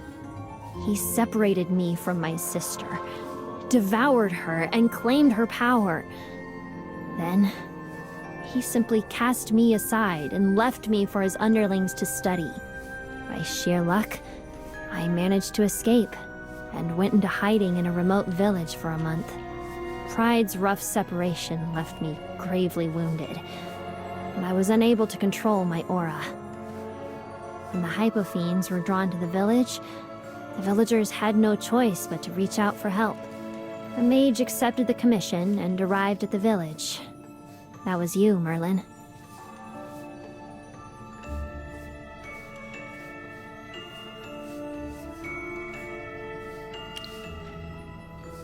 How dare you demand a Hypogean's name, mage? You really are something else. I'm Contess, the Hypogean of rules.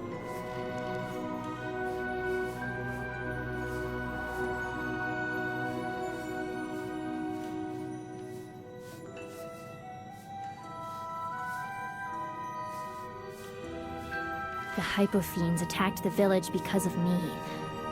Do the right thing and seal me. What? Merlin. What a weirdo.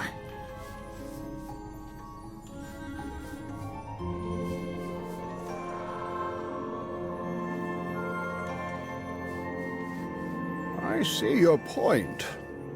Merlin, I understand why you want to do this, but we both know just how risky it is. If you want to keep the Hypogean on campus, you'll need to show me that the benefits outweigh the risks. Oh, now you've piqued my curiosity.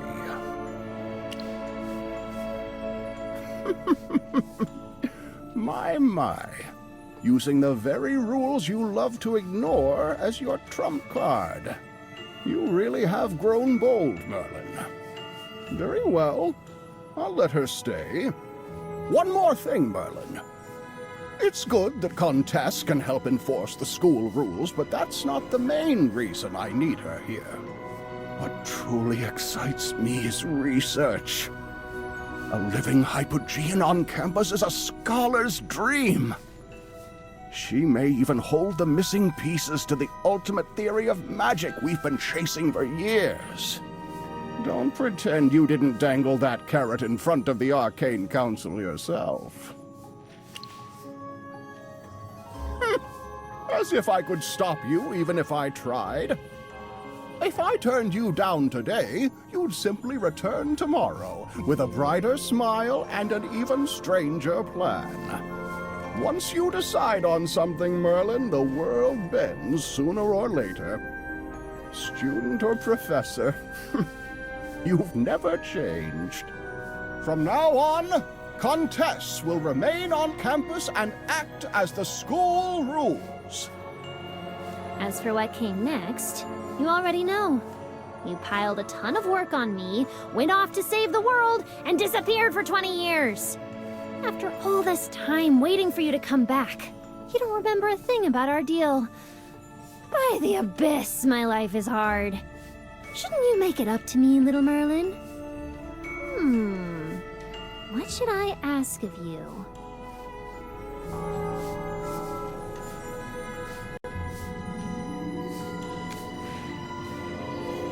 I've decided what I want from you. Seriously? No room for negotiation? You're so boring. Actually, I just have one question for you. Why didn't you seal me back then? If you just needed my power to topple the Adamant Syndicate, you could have sealed me first and extracted it. I can't help being curious. Out of all the villains who repented and pledged loyalty to you, why did you choose me, a Hypogean? Yes. I just want to know what's running through your quirky little mind.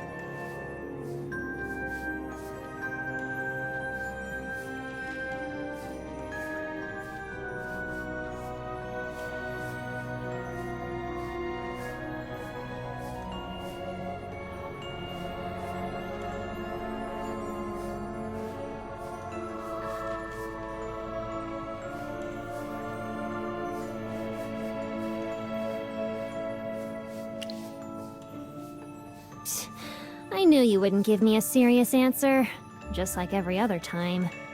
Hats off to you, Merlin. Even with amnesia, you're still as vigilant and sharp as always. So, you know all about my past now. It's time to make your decision, Merlin.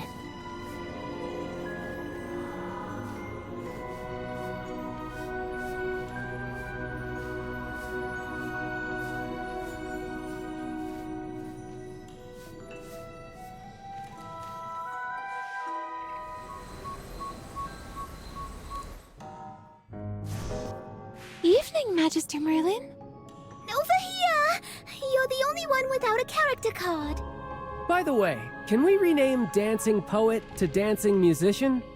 I think it sounds nicer. The rulebook doesn't cover this. Should we check with the Game Master? I'm here! As the rulebook, I'm always on time. Titles can't be changed for now, but I can throw in some events for you to grow your skills in the story. Make sure you make the most of them. Little Merlin, you haven't finished filling in your card yet. Hurry up, or we'll start without you.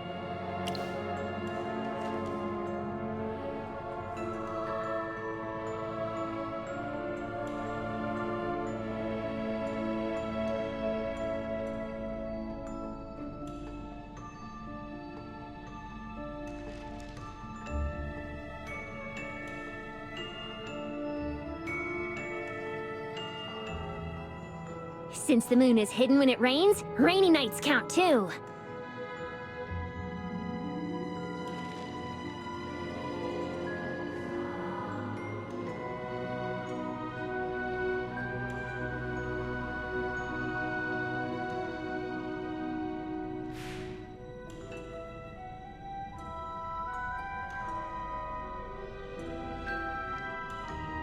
Thank you, everyone. I'll stick to my mission and won't let any of you down. I hear the court has been rather chaotic lately. Trust no one lightly.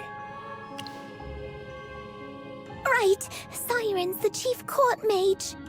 Don't worry, I'll watch my step. Thank you, Magister Merlin. Let's keep in touch. Come back and play tabletop games with us when you have time. Savannah isn't too far away. Come to think of it, we'll be one player short after Cassidy leaves. Does that mean our club activities have to stop? No worries. I've recruited a new player. I'm certain she's a perfect fit for the club. Only those who are able to see Contess can play the game. Could the new member be...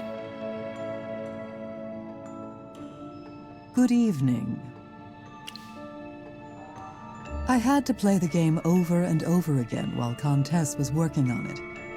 The rules in the early version were a bit unclear, but Cassidy assures me it's much more fun now. I've prepared my character card. Let's begin. Relax. I'm very familiar with the rules. Little Zoria, I remember the first time you played, I had to give you 10 reminders just to get you to roll the dice before taking action. Wrong. It was 9 reminders.